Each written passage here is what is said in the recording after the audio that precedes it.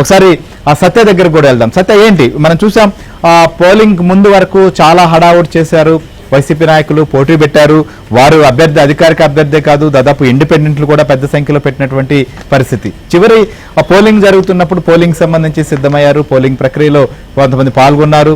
కానీ కొంతమంది మేము బహిష్కరిస్తున్నామని చెప్పి ఏదైతే రీపోలింగ్ రోజు చెప్పడం జరిగింది, ఇప్పుడు కౌంటింగ్కి ఇలా చేస్తున్నారు. ఏంటి, ఎట్లా చూడాలి? అంటే ఫలితాల రాబోతున్నటువంటి సరళను బట్టే ముందుగా ఎలాంటి రకాలైనటువంటి ఎత్తుగడలకు పన్నారా ఏంటి? అక్కడ టీడీపీ వర్గాలు దీనికి సంబంధించి ఎలా చూస్తున్నాయి? రాబోయేటువంటి ఫలితాలపైన వరకు ఉన్నటువంటి అంచనా ఏంటి? టీడీపీ నేతలు అయితే మాత్రం ఒకటే విషయాన్ని స్పష్టం చేస్తున్నారు. నిన్న జగన్మోహన్ రెడ్డి ప్రెస్ మీట్ చూశాక ముందే ఆయన ఓటమిని అంగీకరించినట్లుగా కనిపిస్తోంది.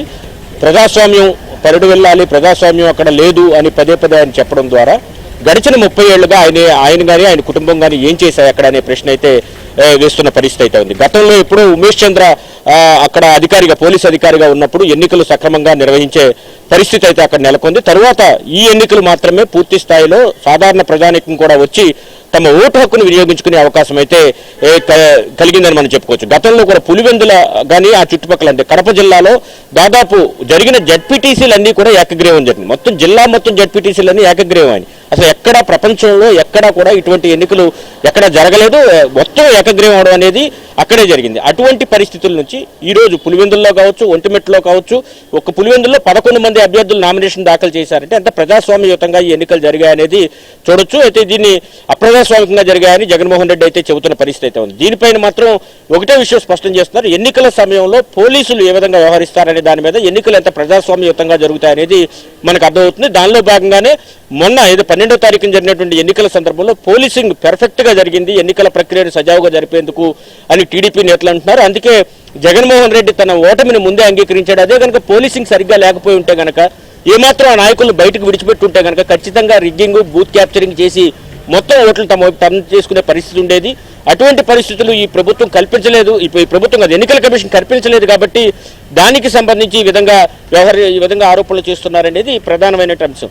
మొత్తం ఎన్నికల ప్రక్రియ 30 ఏళ్ల తర్వాత పూర్తి స్థాయిలో ఆ ప్రాంతంలో ప్రజాస్వామ్యయుతంగా జరిగిందని చెప్పుకోవచ్చు.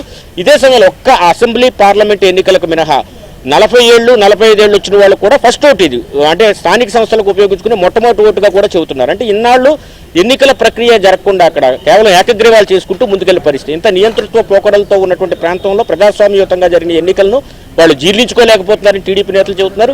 ఖచ్చితంగా ఈ మధ్యాహ్నానికి 2 స్థానాల్లో కూడా టీడీపీ అభ్యర్థులు ఎవరైతే ఉన్నారో వాళ్ళు విజయం సాధిస్తారనే అభిప్రాయం అయితే ఆ పార్టీ నేతల్లో వ్యక్తం అవుతున్న పరిస్థితి అయితే ఉంది.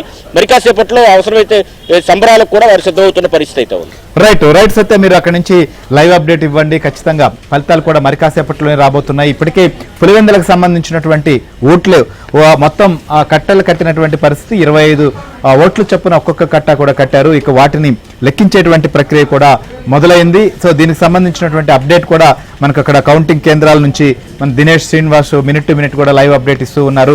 సో అక్కడి నుంచి పరిస్థితిని కూడా వస్తాం. ఒకసారి ప్రసాద్ దగ్గరికి కూడా ఎలక్షన్ కమిషన్ కౌంటింగ్ ప్రక్రియను ఎలా పరిశీలిస్తోంది ప్రసాద్? మనం చూసాం పోలింగ్ రోజు కూడా కొన్ని కంప్లైంట్లు వచ్చాయి, పరస్పర ఆరోపణలు, ఫిర్యాదులు వచ్చిన వాటిలన్నింటినీ కూడా పరిశీలించడం కానీ అవసరమైన చోట రీపోలింగ్ నిర్వహించడం కూడా జరిగింది. సో కౌంటింగ్ ప్రక్రియ సంబంధించి కూడా ఎందుకంటే ఇది కోర్టు వరకు వెళ్ళి ఉన్నటువంటి పిటిషన్ కూడా వేశారు కాబట్టి ఇలాంటి పరిస్థితుల్లో ఎలక్షన్ కమిషన్ ప్రతి అంశాన్ని క్షుణ్ణంగా పరిశీలించాల్సి ఉంటుంది. కాబట్టి వాళ్ళ అబ్జర్వేషన్ ఏంటి ఇప్పుడు కౌంటింగ్ మీద? ఈరోజు ఈ ఒంటిమిట్ట అదేవిధంగా పులివెందుల జడ్పీటీసీ ఎన్నికల కౌంటింగ్ సంబంధించి ఎన్నికల సంఘం అయితే అన్ని ఏర్పాట్లు చేసింది.